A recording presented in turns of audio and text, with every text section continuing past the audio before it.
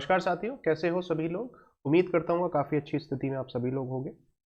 और IBPS SO का जो फॉर्म आया था उसको उस फॉर्म को फिल कैसे किया जाए, आज इस वीडियो में वो डिस्कस करने वाले हैं। अभी जहाँ आप हैं ये है ऑफिशियल वेबसाइट ऑफ आईबीपीएस। इसका लिंक आपको डिस्क्रिप्शन बॉक्स में दे दिया गया है।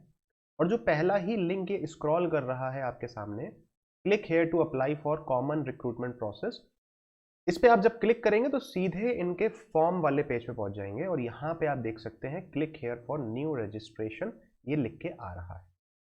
डेट्स के बारे में अगर बात करूं तो 1 नवंबर से रजिस्ट्रेशन स्टार्ट हो गए हैं और 21 नवंबर तक इनके रजिस्ट्रेशन चलेंगे। तो आपके पास में भी काफ़ी अच्छा टाइम है, आप जल्दी से जल्दी फॉर्म फिल कर सकते हैं। आप जिस भी पोस्ट के लिए अप्लाई करना चाहते हैं उस पोस्ट के लिए। तो हम बात करते हैं, अगर click here to for new registration पर क्लिक करेंगे तो क्या होगा वो एक बार देखते हैं। तो चलो भाई, लिख के आ गया है शिवांश गुप्ता, तो इसको जरा एडिट कर दे क्योंकि हमें, चलो जी। तो हमने डाल दिया है अपना नाम रवि, ठीक है ना, एंड देन फिर लास्ट नेम डाल देते हैं। लास्ट नेम यहाँ पे रख दिया, ठीक है ना। अगर मोबाइल नंबर की बात करें तो मोबाइल नंबर आप डाल दीजिए। थोड़ा सा ध्यान से डालिएगा मोबाइल नंबर, क्यों? क्योंकि कभी कभी क्या होता है कि एक डिजिट गलत होने से भी क्या हो जाता है ना, गड़बड़ हो जाता है, फिर जो भी नोटिफिकेशंस हैं वो आप तक पहुंच नहीं पाते, ठीक है। तो एक बार ज़रा ध्यान से देख लीजिएगा। तो अगर हम बात करें हमारे ईमेल आईडी की, तो वो डाल देते हैं हम,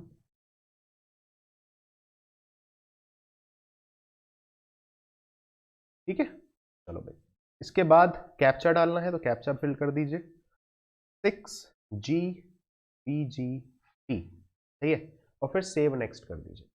सेव नेक्स्ट आप करेंगे तो आपका रजिस्ट्रेशन कंप्लीट हो, मतलब रजिस्ट्रेशन हो जाएगा, लेकिन एप्लीकेशन फॉर्म अभी पेंडिंग में है। रजिस्ट्रेशन आपका कंप्लीट हुआ, your provisional registration number and password आपको यहाँ पे मिल गया। और यही चीज़ सेम आपके मोबाइल नंबर और ईमेल एड्रेस पे भी चली गई होगी, ठीक है ना। यहाँ पे आपको लिख के भी आ रहा है your registration number and welcome, आपका नाम लिख के आ रहा है रवि, ठीक है।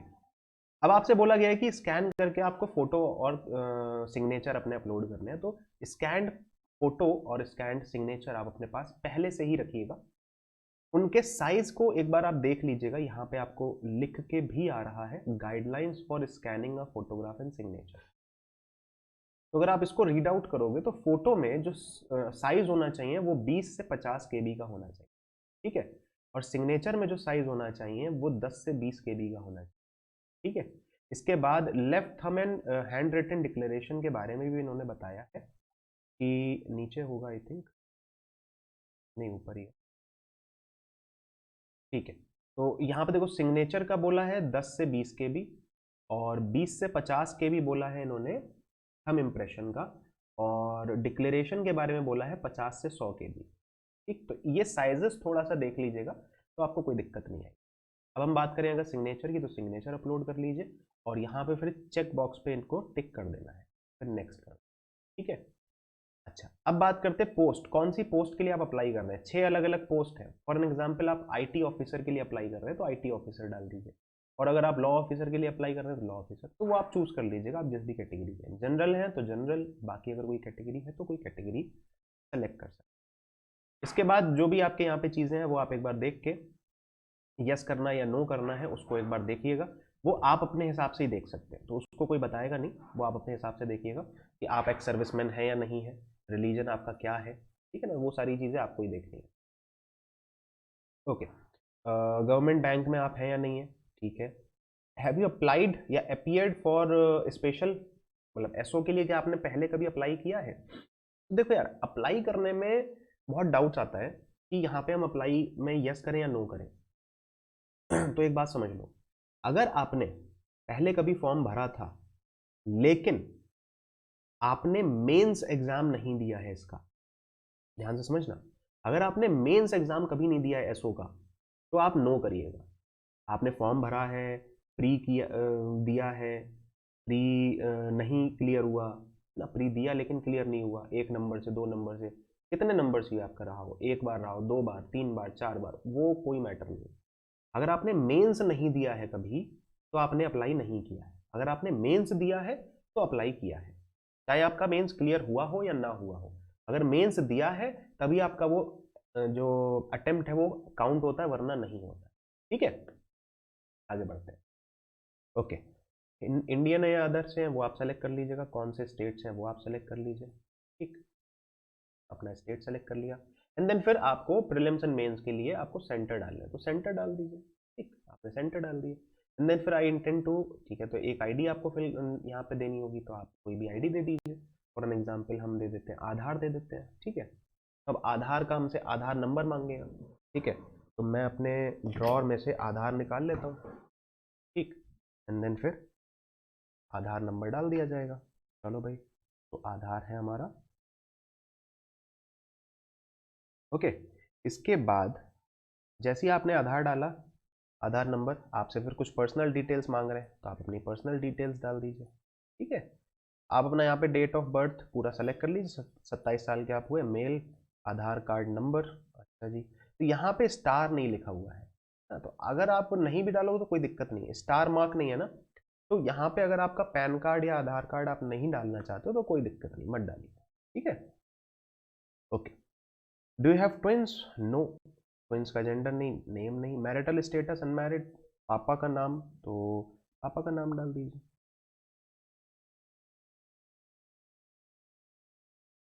ठीक है, हाउस नहीं, एड्रेस डाल दीजिए। ठीक, एड्रेस आपने डाल दिया। ओके, देन फिर डिस्ट्रिक्ट डाल दीजिए। ठीक, डिस्ट्रिक्ट के बाद स्टेट डाल दीजिए, देन फिर पिन कोड डाल दीजिए।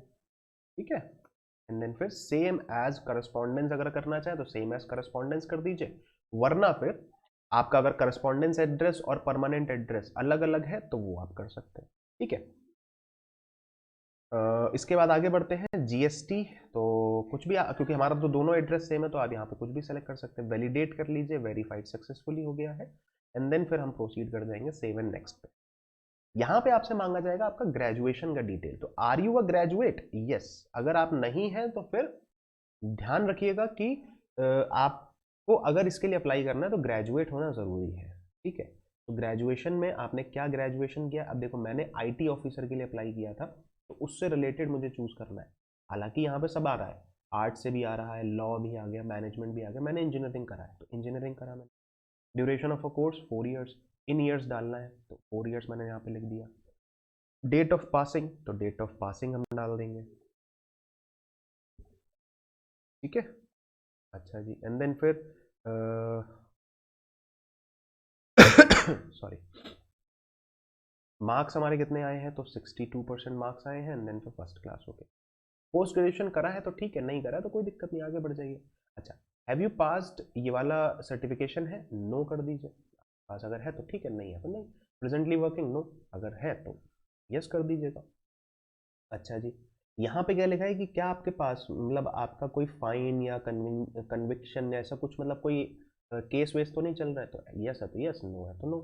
ठीक है भाई, इंग्लिश लैंग्वेज में,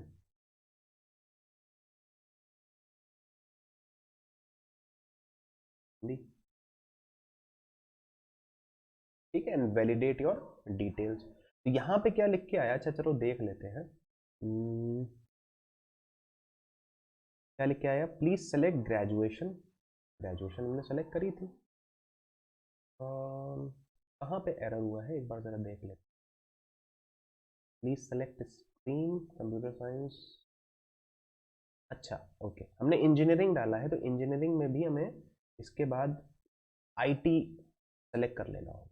ठीक है ना, क्योंकि हमें इंजीनियरिंग अगर हम सेलेक्ट करेंगे तो उससे काम बनेगा नहीं, क्योंकि आईटी ऑफिसर के लिए आईटी ज़रूरी है, या फिर इलेक्ट्रॉनिक्स टेलीकम्युनिकेशन या इलेक्ट्रॉनिक्स कम्युनिकेशन या इलेक्ट्रॉनिक्स इंस्ट्रूमेंटेशन। तो हमने आईटी सेलेक्ट कर लिया, अब कोई दिक्कत नहीं आएगी। ठीक है, तो ये छोटी छोटी चीज़ें होती हैं जब हम स्टक कर जाते हैं।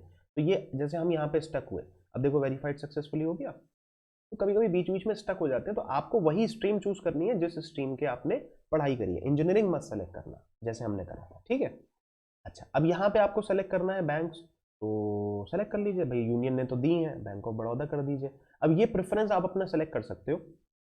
अगर आप कहोगे कि इस प्रेफरेंस के अकॉर्डिंग, मतलब प्रेफरेंस के अकॉर्डिंग कोई एक वीडियो बना दी जाए कि कैसी प्रेफरेंस रहनी चाहिए, तो वो एक बार में ना कि किस बैंक की कैसी परफॉर्मेंस है उसके अकॉर्डिंग मैं आपको एक वीडियो बना के दे दूंगा। अगर आप कहोगे तो मैं बना दूंगा, कमेंट सेक्शन में आप लिख देना कि सर इसके ऊपर एक वीडियो बना दीजिए। ठीक है, ओके। तो ऐसा कर लेते हैं, ठीक है। ज़रूरी नहीं देखो आप यही प्रेफरेंस रखो, ये मैंने अभी नॉर्मल रख दिया है, लेकिन एक होता है कि कैसी परफॉर्मेंस चल रही है किस बैंक की, कोई बैंक प्राइवेटाइज होने की तो पोजीशन पर नहीं है, अगर ऐसा कुछ है तो फिर हम उसको उसके अकॉर्डिंग फिर सेलेक्ट करते हैं, राइट। तो वो चीज़ आप एक बार देख लेना, और अगर आप मुझसे एक्सपेक्ट करते हो कि मैं ये देख के बता दूं तो आप एक बार कमेंट सेक्शन में लिख देना, मैं उसके ऊपर एक सेपरेट वीडियो बना दूंगा, ठीक है। ये आपका फॉर्म फिल हो गया है। अब आपको कुछ नहीं करना है, सीधे आपको आई एग्री करना है और आई कंफर्म करना है, और अगर कोई भी चेंज है आपके नाम में तो फिर आप इस कॉलम पे सेलेक्ट करोगे, इस पे नहीं करोगे, ठीक है। तो इन तीनों पे मत कर देना वरना आपका फॉर्म सबमिट नहीं होगा, ठीक है। एक बार करके देखो, तीनों पे अगर हमने कर दिया तो फिर हमारा फॉर्म सबमिट नहीं होगा। देखो लिखा है, please check I confirm that my name is filled by me in the application form exactly matches with the name in my ID proof और there is a change in my name. तो और लगा दिया ना इन्होंने बीच में कि इन दोनों में से कोई एक सेलेक्ट करना है, ठीक है। अब यहाँ पे क्या है, ओके कर दिया, are you sure you continue, ठीक है। लेफ्ट थंब इंप्रेशन आपको ऐड करना है तो लेफ्ट थंब इंप्रेशन कर दीजिए ऐड, एंड देन फिर इसको ओके कर दीजिए, एंड देन फिर यहाँ पे हैंड रिटन डिक्लेरेशन, तो हैंड रिटन डिक्लेरेशन, ठीक है, ओके। फिर यहाँ पे आपको सिक्योरिटी कोड डालना है तो सिक्योरिटी कोड आप डाल दीजिए, और जैसे ही आपने सिक्योरिटी कोड डाला, सेव एंड नेक्स्ट करा, तो आप पेमेंट पेज पर पहुंच जाएंगे। पेमेंट पेज पे आपको एक सिक्योरिटी कोड फिर से डालना होगा, तो आपने यहाँ पे भी एक सिक्योरिटी कोड डाल दिया एंड देन सबमिट कर दिया।